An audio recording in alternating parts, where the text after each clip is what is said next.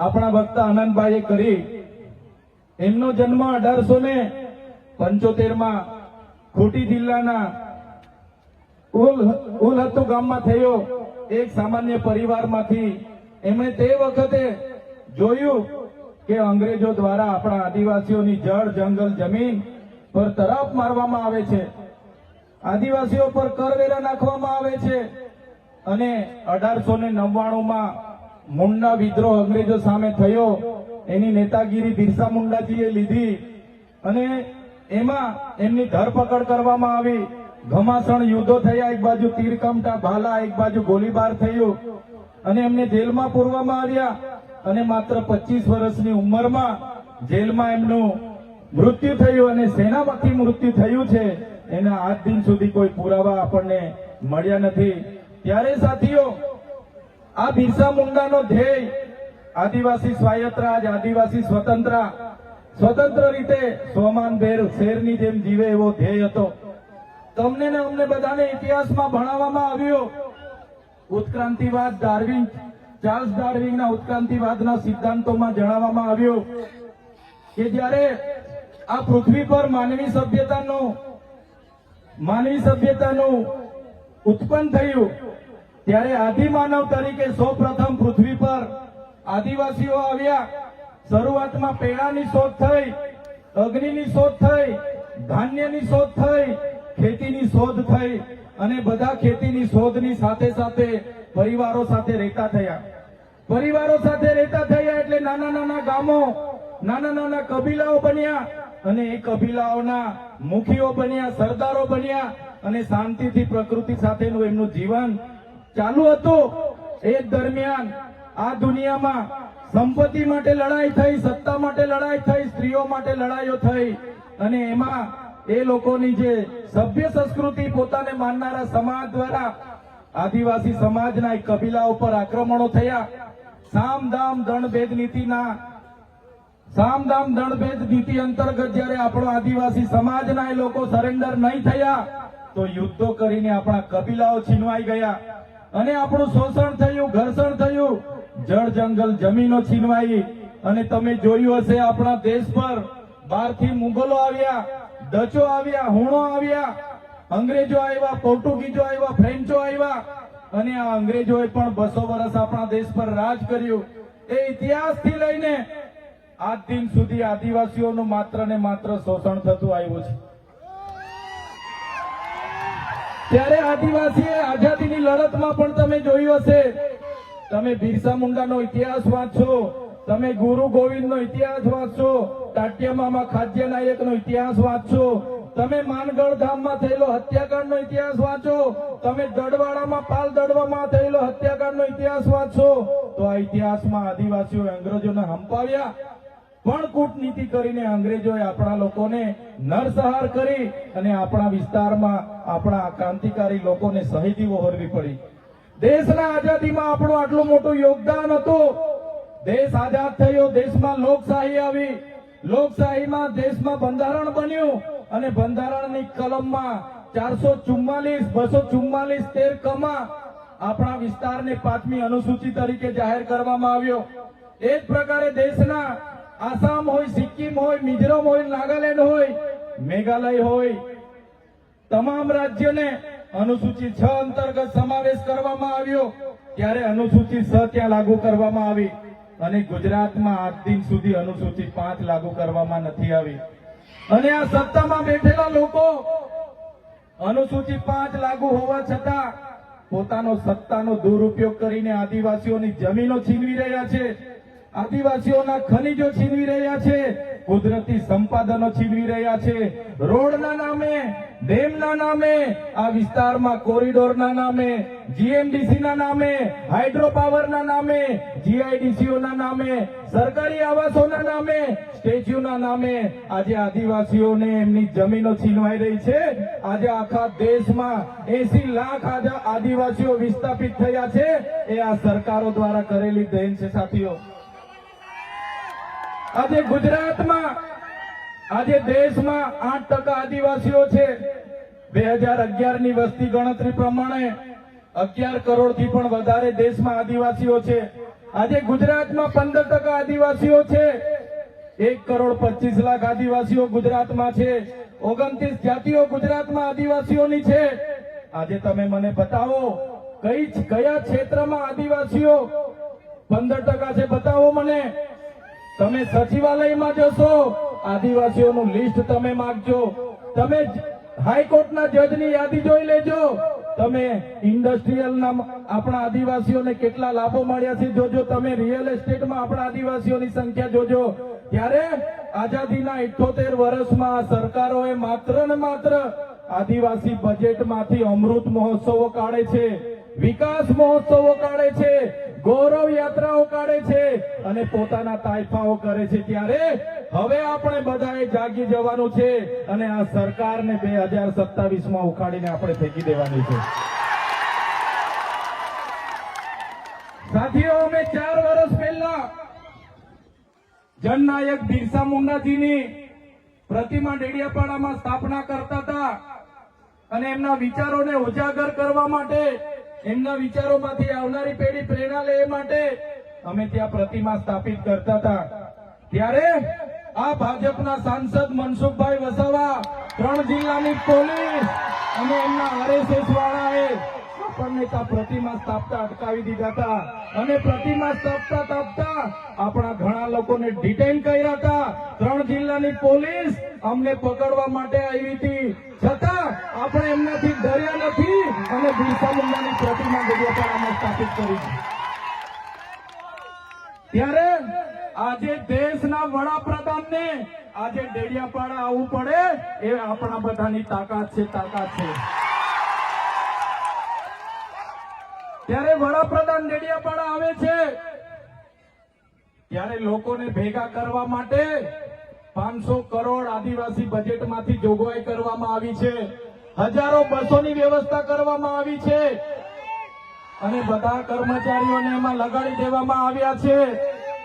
આજે ડેડિયાપાડાના ગામડાઓમાં ટીડીઓ ના મળે, તલાટીઓ ના મળે એવા ગામડાઓની ગલીઓમાં આ ગુજરાતના નાયબ મુખ્યમંત્રી, એમના મંત્રીઓ, એમના સાંસદો, એમના ધારાસભ્ય ડેડિયાપાડાના ગલીઓમાં 4 દિવસથી ફરે છે. જે લોકો એસી ચેમ્બરોમાંથી બહાર નહોતા આવતા, જે લોકો ગાંધીનગરમાં પડે ફતારીએ રહેતા હતા, એ લોકોને ગામડે ફરતા કરી દીધા. એ આપણી બધાની તાકાત છે ભાઈઓ. ત્યારે નરેન્દ્રભાઈ મોદી આપણા કુળદેવી માતાના દર્શને જવાના છે. દેવ મોગરા એ મહારાષ્ટ્ર, મધ્યપ્રદેશ, ગુજરાત અને રાજસ્થાનના લાખો લોકોનું આસ્થાનું કેન્દ્ર છે અને દેવ મોગરા જઈને રાજનીતિ જયારે કરવા માંગે છે ત્યારે નરેન્દ્રભાઈ મોદીને હું આ મંચ પરથી કહેવા માંગુ છું, તમને જો આદિવાસીઓ માટે હિત હોય તમે દેવ મોગરા જજો, તમે હિજારી લઈને આવજો, તમે મવડાનો ચોખ્ખો દારૂ 1 બોટલ લઈને આવજો, તમે એક મરઘો લઈને આવજો, 1 બકરો લઈને આવજો. દર્શન કરીને એની પ્રસાદી કરીને તમે ત્યાં જ જમીને પછી જજો. ત્યારે અમે માનીશું કે તમે આદિવાસીઓના હિતેચ્છુ છો. તમે આદિવાસીઓ માટે આજ દિવસ સુધી તમે 24 વર્ષથી રાજનીતિમાં છો. આગળ મુખ્યમંત્રી હતા, હમણાં વડાપ્રધાન છો. આદિવાસીઓ આજે શિક્ષક માટે આંદોલન કરે છે, શાળા માટે આંદોલન કરે છે, નર્મદાના પાણી માટે આંદોલન કરે છે, પોતાની જમીનો બચાવવા આંદોલન કરે છે, જીએમડીસી હટાવવા આંદોલન કરે છે, જીઆઈડીસીઓમાં રોજગાર માટે આંદોલન કરે છે. ત્યારે નરેન્દ્રભાઈ મોદીજીને કહેવા માંગુ છું, હવે અમે લડેંગે, જીતેંગે, જિંદાબાદ, મુર્દાબાદ આવેદન નિવેદન કરવા માંગતા નથી. હવે અમે લડવા માંગતા નથી. હવે ધરણા પ્રદર્શન બંધ, હવે આંદોલન બંધ.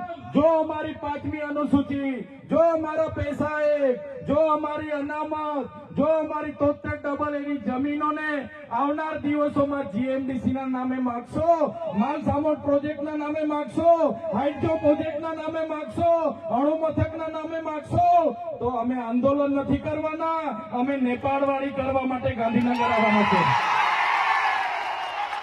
અમે નેપાળવાળી કરવા માટે ગાંધીનગર આવીશું. તે દિવસે તમારો ને અમારો સામનો થશે તે દિવસે ખબર પડશે ઓરિજિનલ આદિવાસીઓ કોણ છે તે.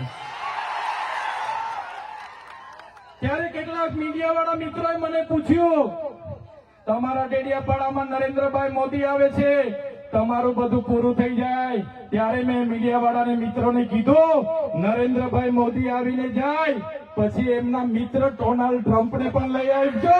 અમારા લોકોને ક્યાંય ફેર પડવાનો નથી. હવે અમારા લોકો જાગી ગયા છે, અધિકારોની વાત કરીએ છીએ. સંવિધાન અધિકારો અમને આપો, સામાજિક અધિકારો આપો. અમને જે મળેલી અમારા અધિકારોની વાત અમે કરીએ છીએ ત્યારે અમને ખબર પડી ગઈ કે આદિવાસી સમાજ હવે જાગૃત થયો છે. ત્યારે બિરસા મુંડાના રથ જ્યારે લઈને ફર્યા, એમના મંત્રી તંત્રી મારું નામ લઈને મને ગાળ બોલે કે પેલો ચૈતર વસાવો અહીંયા આવે છે, આમ કરે છે, તેમ કરે છે, ફલાણું કરે છે, ઢીકણું કરે છે.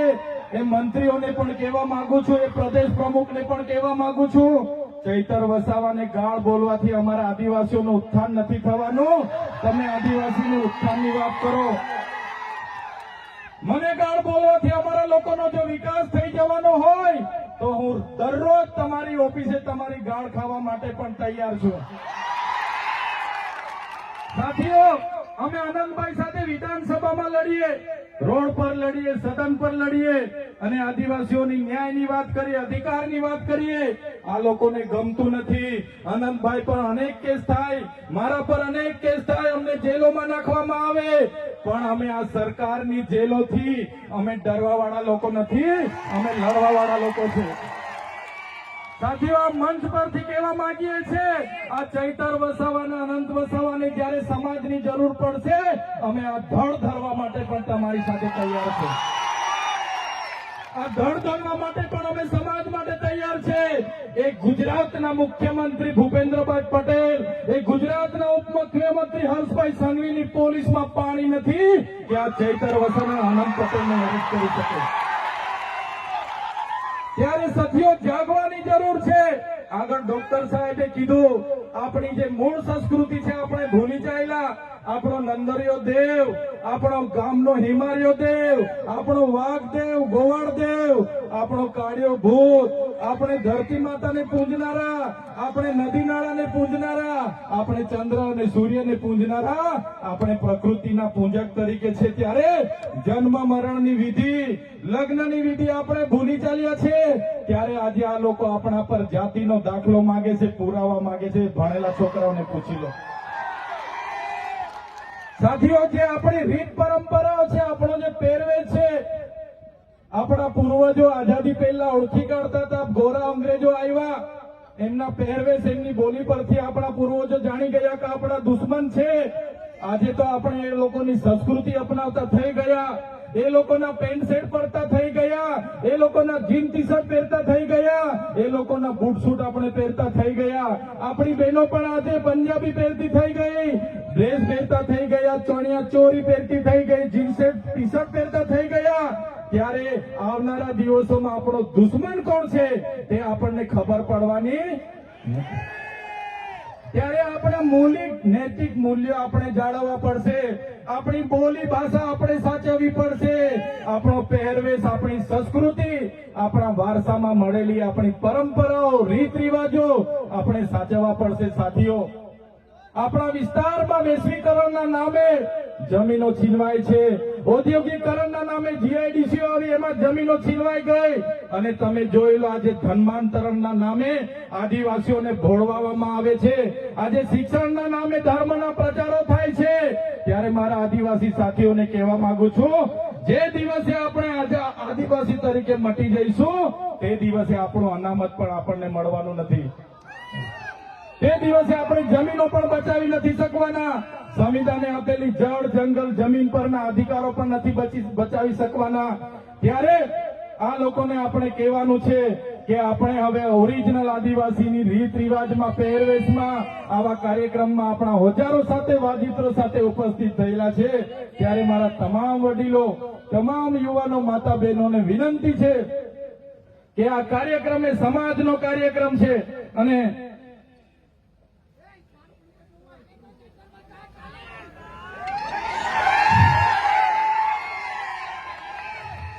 આજનો આ કાર્યક્રમ એ આપણી સમાજની તમે એકતા બતાવી છે.